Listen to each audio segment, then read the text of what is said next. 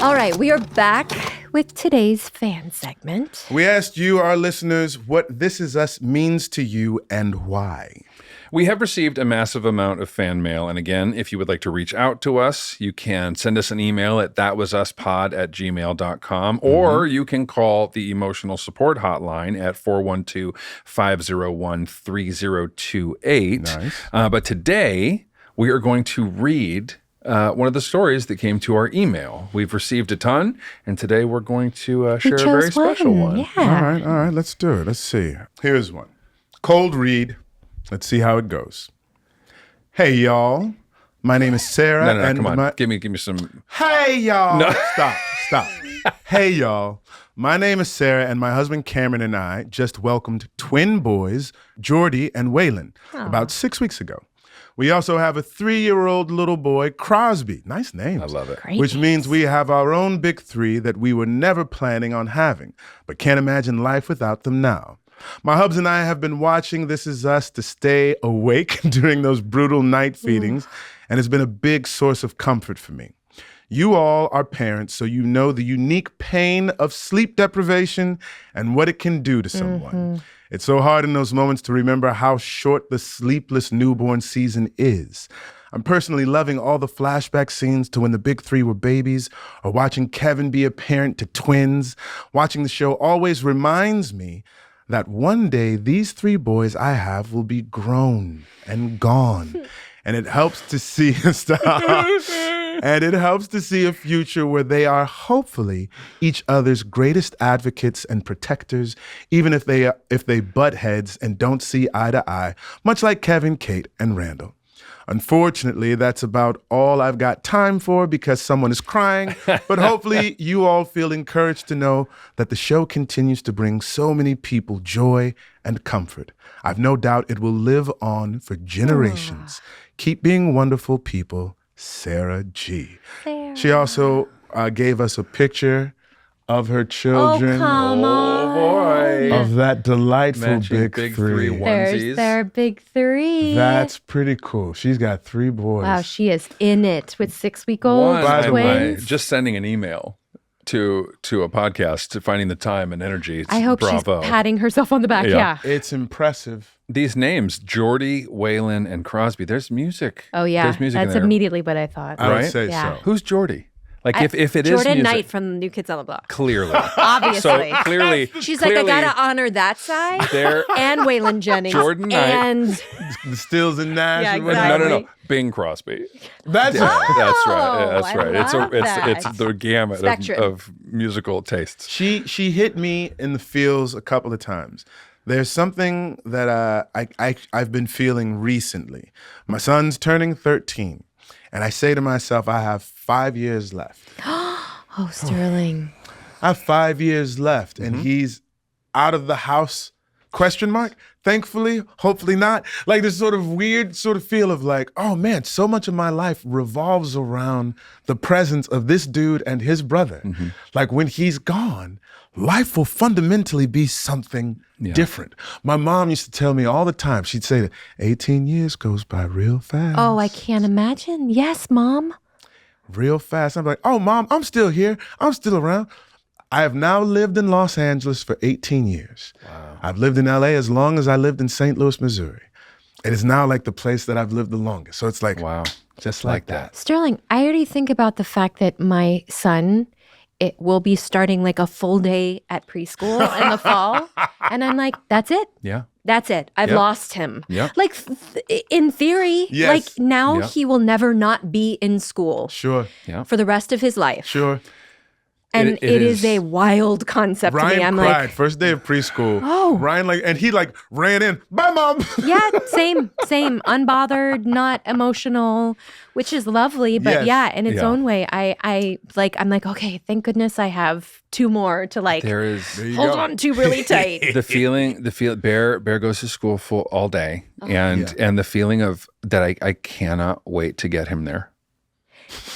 I cannot wait to Yeah. get him there. And as soon as I walk out of the gate and he's there, I'm like, just go back in. You just go back in and get him. Yeah, there's no and rule. go do something. Totally. They can't keep him. Yeah. Like I can do whatever I want. Yeah. And like It's a lot. And people like love to throw these things out, and I hear it in interviews or podcasts, but someone said, I may have said this on here before, but like someday you will pick up your child for the last time. Yeah. Yeah. And you won't know it. Yeah. Stop. And You stop. Stop, Sullivan. That devastates me. And that is horrifying to me. I told you about pushing on the swings, right? You did? Somebody tried to teach Bear how to pump his legs so he could get the swing going. I'm like, stop it. Yeah, I'll no. I will push you on the swings. I'm going to convince him that riding swings at 17 is totally fine, and Dad can push you on the Dad swings. can push you. Dude, I was just watching on Mandy Moore's IG, watching Ozzy just run into and just so she could pick him up and hold him up in the air. And I was like, You remember those days? I remember those days. I still have this thing. You got, and like, I don't know if this is particular to me as African American, but you let me know. Moisturization is very important to brown. Mm-hmm. I don't believe in dry skin. Oh, no. So the kids will get out of the bathtub or whatever, and like they're supposed to moisturize themselves. But every once in a while, even the 12, almost 13-year-old will lay down. He's like, "Can you do my back?" Oh. And he's just buck booty ass naked. She's big old muscles and stuff. And I just knead into him. I like massage like everything, like all up and down. And he just lays there, just delightfully happy. Like, oh, thanks, Dad. 'Cause that is your baby. That's my baby. Forever. Yeah. One day I won't get to do it. Aoife's just starting to get verbal and walking up and putting both arms up in the air and saying, "Hold me." Ugh. And I just can't. Yeah, it's too much. I'll stop This is so beautiful. It's so great. We've like helped birth a generation of new children in the world with fans that love the show and watch the show, and we're keeping them company and showing them how to do it. Let's talk about sleep deprivation. It's interesting. She was talking about these early days, and I'm sure you remember them because when we first had kids, it was the pandemic. Oh yeah. And it was kind of the upside of being quarantined was nowhere to be, nowhere to go, no one to see, and up all night, and that's fine because what other plans do you have? And so we'll be up, and then we'll sleep, and then we'll be up, and then we'll sleep during the day because nowhere to be, nothing to do, no one to see, and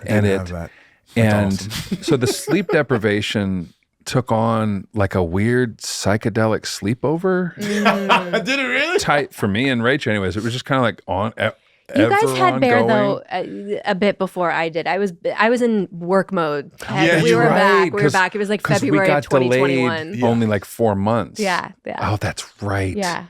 So I was like, I vaguely remember that, but I also remember being like a zombie. I recently heard a Navy SEAL interviewed, and they said that the worst form of torture, like around, is sleep deprivation. Yeah. Went and got a chance for David Blaine to do magic for me in person. I was at the upfronts for Disney, and he's a fascinating. He just walks around with a deck of cards and he just does things. I say, bro, you do crazy stuff all the time. Is there anything that you would not do for fear of like your own health and safety? He said, sleep deprivation. That's the one thing that I think that I wouldn't do because it's not worth it. My man walks on coals. Yep. He will hold his breath in like inside of an ice, tank or what have you. Because what it does to people psychologically can be cuckoo. It can. Yeah. It can. And for anything that I said to Ryan Michelle Bathay in the midst of when she asked me to wake up and change the baby at 3 a.m, I apologize. I love you. You're a good person. And I know you've sailed through it. I think you're on the other side. We're on the other side. I definitely had a couple of those moments in the middle of the night. night. You waking me up now? Yeah. We're just like delirious and yelling. Totally. Because here's what would happen with me and Rachel. We had all kinds of white noise going on. Okay. And Rachel would like to whisper to me in the frequency of white noise. So white noise would be on, and I'm like, and I'd be like, what? And she'd be like, can you do that? Like, what? What? Just say it. What? In the frequency of white noise. 2 o'clock in the morning, trying to whisper. Oh my God. Whispering over white noise, and it just comes out as white noise. Oh man. I don't know. Sleep deprivation is real. It's real. Yeah. It's real. I'm happy that we were able to keep Sarah company through her sleep deprivation. Thank you for sharing the letter. Please send more. We love to hear from you. We may not be able to get to all of them, but we do the best that we can, and we appreciate you. So that concludes this episode of That Was Us. We'll see you all next time. Bye. That was us.